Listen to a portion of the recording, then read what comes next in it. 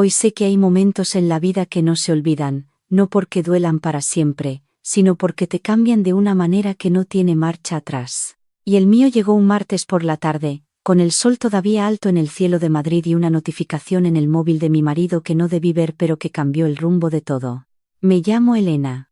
Tengo 36 años, trabajo como diseñadora gráfica en una agencia del centro y durante 11 años construí lo que creí que era una vida sólida.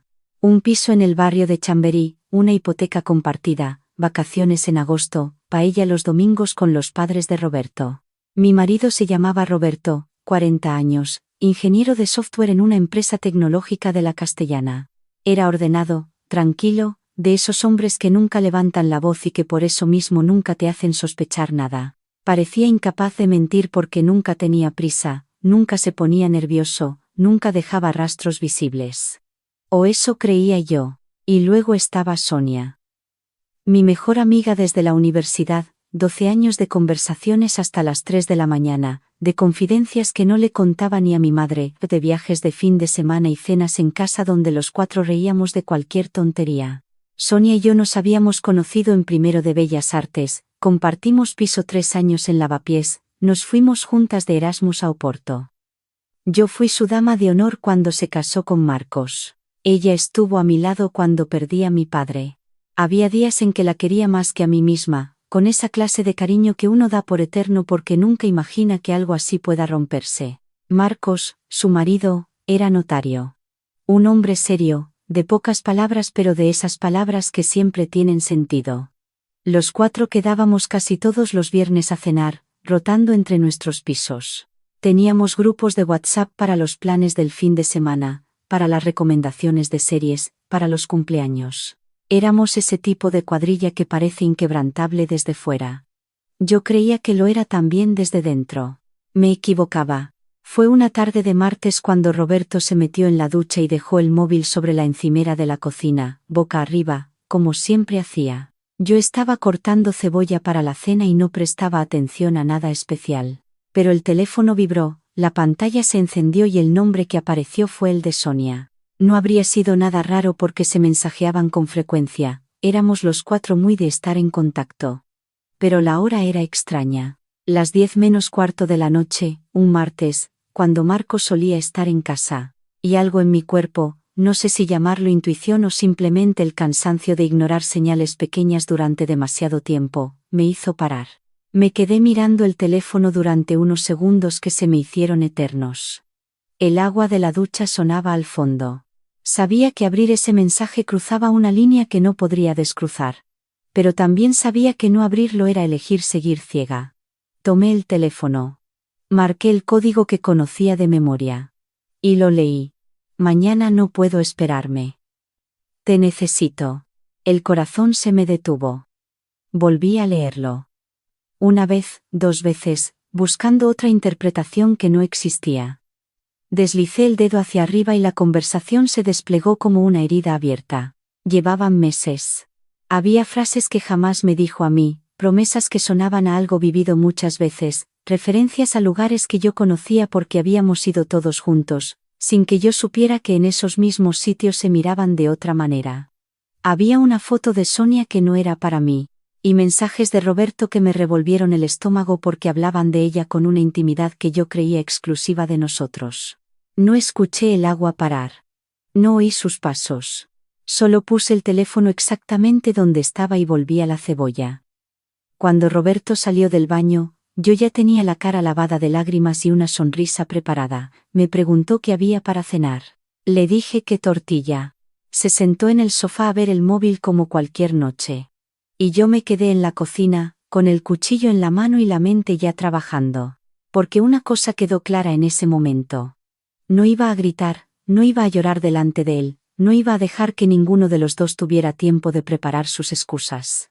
Si les daba el aviso, coordinarían sus versiones, minimizarían, me harían dudar de lo que había visto con mis propios ojos. No. Iba a dejar que fueran ellos mismos quienes destruyeran todo, con sus propias palabras, con su propio descaro. Yo solo tenía que construir el camino para que la verdad llegara sola a quien tenía que llegar. Esa noche no dormí. Estuve tumbada a su lado escuchando cómo respiraba sin culpa, con la tranquilidad de quien no carga con nada. Pensé en Marcos. En lo que significaría para él descubrirlo, en los años que llevaba con Sonia, en la confianza que había depositado en ella, en mi marido, en nosotros cuatro como grupo.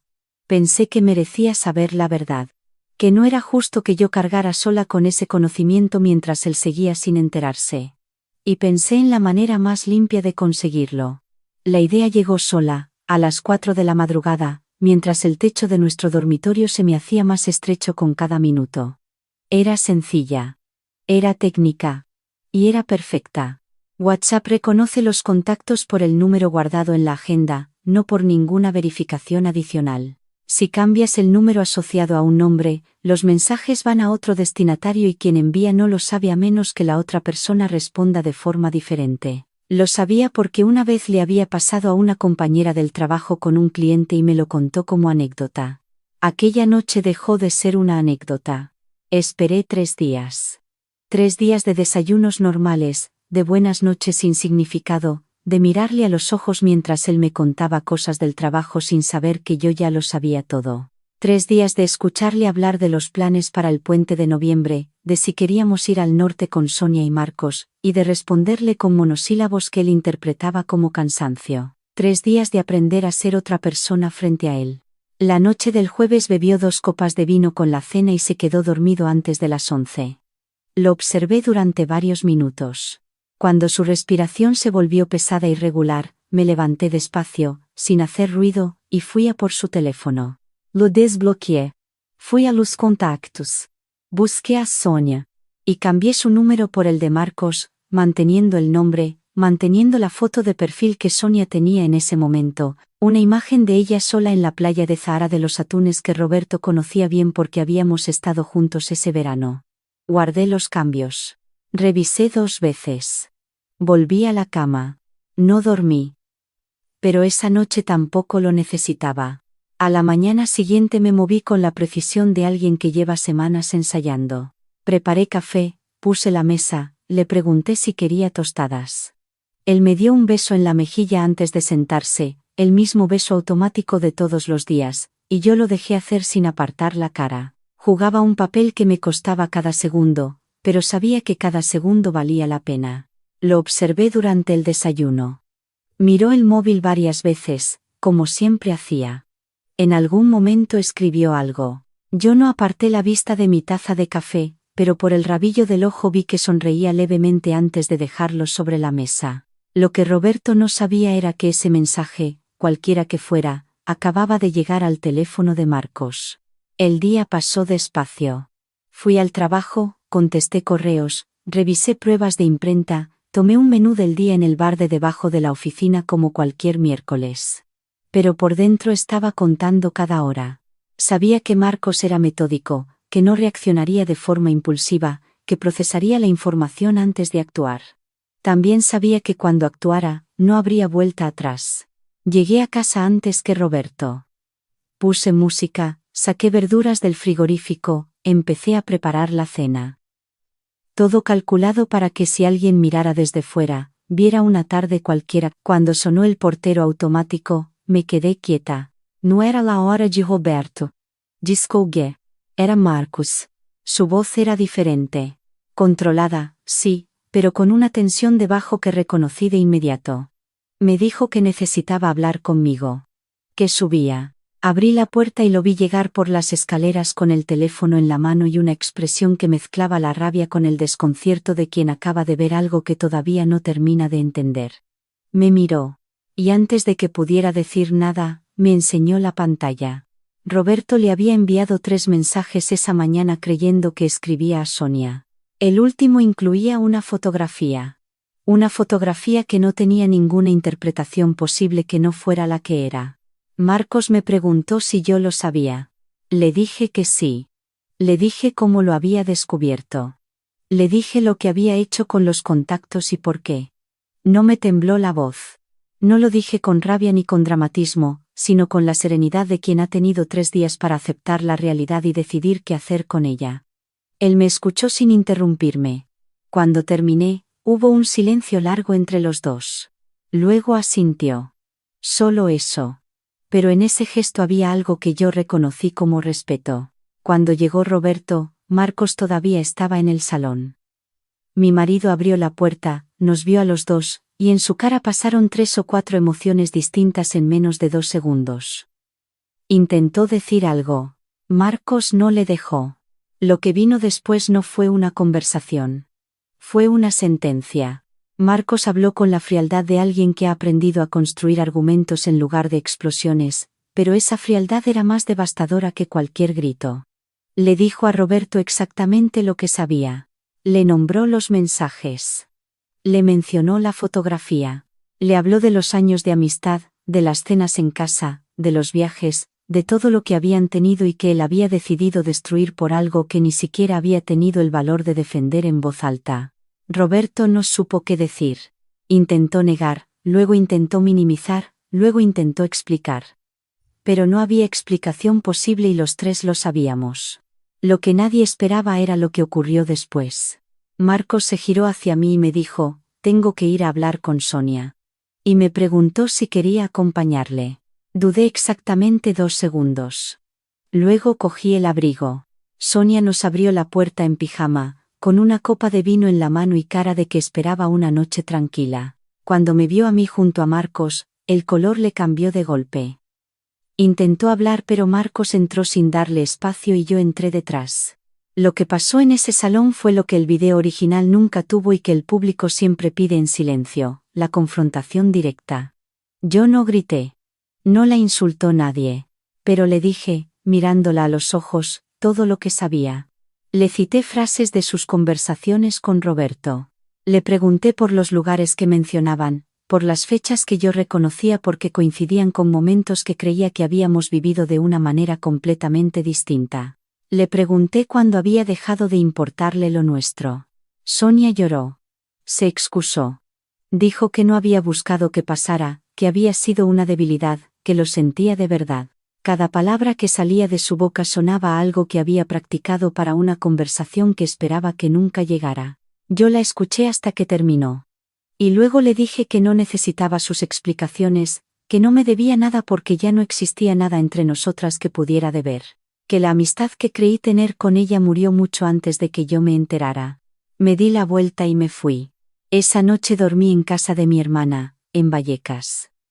Le conté todo mientras tomábamos manzanilla en su cocina pequeña y ella me apretaba la mano sin decir nada durante los momentos en que me faltaban las palabras. No sé si dormí. Creo que sí. Creo que el cuerpo, cuando ya no tiene que sostener más peso, simplemente se apaga. A la semana siguiente llamé a una abogada. Una mujer que me había recomendado una compañera de trabajo, especializada en divorcios. Le expliqué la situación, le dije lo que quería. Salir de ese matrimonio con la cabeza alta y sin perder más tiempo del necesario. Ella me miró con esa expresión de quien ha escuchado esta historia demasiadas veces y aún así sigue dándole toda su atención. El proceso tardó lo que tardó.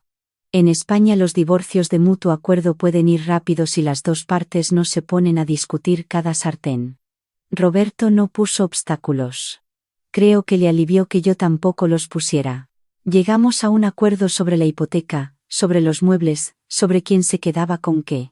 Me quedé con el piso 3 meses más mientras buscaba algo, él se fue a casa de su hermano en Alcobendas. No pedí nada que no me correspondiera. No quería su dinero, no quería su lástima, no quería nada que me atara a una vida que ya no reconocía como mía. Hice las maletas en orden. Doblé cada prenda con cuidado, no porque fuera necesario, sino porque necesitaba sentir que controlaba algo mientras todo lo demás se desmoronaba. Cuando cerré la última caja, fui al salón, me quedé un momento mirando las paredes donde habíamos colgado cuadros que elegimos juntos en el rastro, y luego apagué la luz y cerré la puerta. No miré atrás. Lo de Sonia y Marcos tardó un poco más en resolverse pero el final fue el mismo. Marcos presentó la demanda de divorcio antes de que acabara ese mismo mes. Era notario. Conocía los procedimientos mejor que nadie, y no necesitaba que nadie le explicara qué hacer. Sonia intentó pelear, luego intentó negociar, luego intentó buscarme a mí como aliada desde un lugar que ya no existía. Le pedí a mi hermana que si alguna vez preguntara por mí, dijera que estaba bien y que no tenía nada que decirle. Lo que ocurrió después entre Sonia y Roberto fue de esas ironías que la vida a veces se permite con una precisión casi cruel. Se fueron a vivir juntos. Un piso de alquiler en Móstoles, lejos de los barrios donde la gente los conocía, lejos de las miradas y los comentarios de los vecinos. Al principio imagino que creyeron que lo que habían construido en secreto podría sobrevivir a la luz. Que la pasión clandestina se convertiría en algo estable cuando dejara de ser prohibida. No fue así. La culpa no desaparece cuando compartes dirección. Marcos me lo contó meses después, sin recrearse, solo como dato, que Sonia había intentado contactarle varias veces con excusas administrativas relacionadas con la venta del piso que habían tenido en común. En esas conversaciones breves él había notado que algo no iba bien entre ella y Roberto, que las peleas eran frecuentes, que lo que antes era deseo ahora era reproche. Lo que nace de la mentira no tiene cimientos para durar. A los 4 meses, Roberto conoció a alguien en el trabajo. Una compañera más joven, nueva en la empresa. Las mismas frases baratas, el mismo patrón. Sonia lo descubrió revisando su teléfono, igual que yo lo había descubierto a él. La diferencia es que cuando Sonia me lo hizo a mí, yo no se lo había buscado. Cuando Roberto se lo hizo a Sonia, ella recogió lo que había sembrado. Se separaron antes de los 6 meses. Sonia volvió a casa de sus padres, en Albacete. Roberto se quedó en el piso de Móstoles con deudas que no había calculado bien y sin el apoyo de nadie que quisiera escucharle. Sus amigos fueron desapareciendo de a poco, como suele ocurrir cuando alguien deja de ser útil o interesante. Su rendimiento en el trabajo bajó, perdió un ascenso que llevaba 2 años esperando y luego perdió el trabajo mismo en una reestructuración que eligió quién se quedaba y quién se iba con criterios que nunca son del todo casuales. Empezó a salir menos, a responder menos mensajes, a aparecer en redes sociales con cada vez menor frecuencia hasta que simplemente dejó de aparecer. Me llegaron noticias de él de vez en cuando, a través de conocidos comunes que no sabían muy bien qué cara poner cuando su nombre salía en la conversación. Que estaba solo, que había tenido problemas con el banco por la hipoteca de un coche, que alguien lo había visto en el barrio con cara de no haber dormido bien en semanas. No lo busqué, no lo llamé. No sentí la necesidad de comprobarlo con mis propios ojos porque la vida de Roberto había dejado de tener que ver con la mía. Yo, mientras tanto, empecé de cero. Me mudé a un piso pequeño en el barrio de Malasaña, una tercera planta con techo inclinado y una ventana enorme que daba a un patio interior lleno de macetas. Era un piso que nunca habría elegido estando con Roberto porque era raro, asimétrico, con la cocina demasiado pequeña y los suelos de madera que crujían en 3 puntos concretos que aprendí a rodear. Me encantó desde el primer día. Cambié algunas cosas de mi trabajo. Pedí llevar proyectos que antes había cedido a compañeros porque creía no tener tiempo. Empecé a ir al mercado de San Ildefonso los sábados por la mañana, a leer en el Parque del Oeste, a apuntarme a un taller de serigrafía que llevaba meses queriendo hacer y que siempre postergaba por razones que ahora me parecían ridículas. Descubrí que era perfectamente capaz de cenar sola en un restaurante sin que nadie me mirara con lástima. Descubrí que podía pasar un domingo entero sin hablar con nadie y que eso no era soledad, era silencio, y que la diferencia entre los dos es enorme. No voy a decir que no dolió. Dolió. Hubo noches en que el techo del piso nuevo era demasiado silencioso y en que la cama me parecía un lugar extraño donde no sabía dónde ponerme. Hubo momentos en los que escuchaba una canción que habíamos bailado juntos y tenía que sentarme porque las piernas no me respondían. Hubo tardes de domingo en que el teléfono no sonaba y yo miraba la pantalla sin saber muy bien a quién llamar porque los planes del fin de semana siempre habían girado en torno a Sonia y Marcos y Roberto, y ahora los 4 habían desaparecido del mapa de golpe.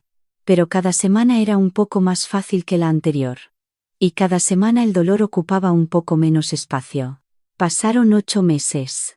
Una tarde de abril, saliendo del mercado de Chamartín con una bolsa de verduras en cada mano, me crucé con Marcos. No lo estaba buscando. No creo que él me buscara a mí. Era de esos encuentros que ocurren en Madrid cuando llevas años viviendo en la misma ciudad y frecuentas los mismos lugares porque al final la ciudad es grande pero los barrios son pequeños. Iba con un libro bajo el brazo y una bolsa del mismo mercado y me miró primero con el gesto automático de reconocimiento y luego con una sonrisa que tardó un momento en llegar, pero que cuando llegó era completamente sincera. Nos saludamos. Nos preguntamos cómo estábamos.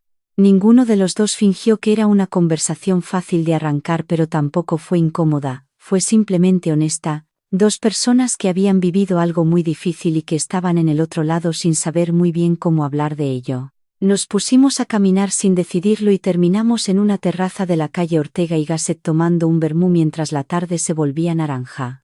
Hablamos durante 3 horas. No de ellos, o no solo. Hablamos de trabajo, de libros, de un documental que los dos habíamos visto sin saber que el otro también. Nos reímos de cosas absurdas con esa facilidad que solo tienen las conversaciones donde no hay nada que demostrar. Y en algún momento, sin que ninguno de los dos lo planificara, nos reímos también de todo lo ocurrido, de lo surrealista que era la situación de los 4, de lo que habríamos pensado 2 años atrás si alguien nos hubiera contado cómo terminaría todo. Era una risa rara, hecha de alivio y de distancia, la risa de quien ya lo ha llorado todo y puede permitirse verlo desde lejos. Marcos era diferente de lo que yo recordaba. O quizá era igual y yo no lo había visto bien porque siempre lo había mirado como el marido de mi mejor amiga, como parte del conjunto, nunca como individuo. Ahora lo veía por primera vez sin ese marco encima y era alguien que escuchaba de verdad, que hacía preguntas que iban al fondo de las cosas, que tenía opiniones propias y no le daba miedo expresarlas aunque fueran contrarias a las tuyas. Era tranquilo de una manera que no era distancia sino presencia. Cuando nos despedimos esa tarde, me dijo que le había gustado mucho y que si alguna vez me apetecía volver a tomar algo, que lo dijera. Le escribí 3 días después.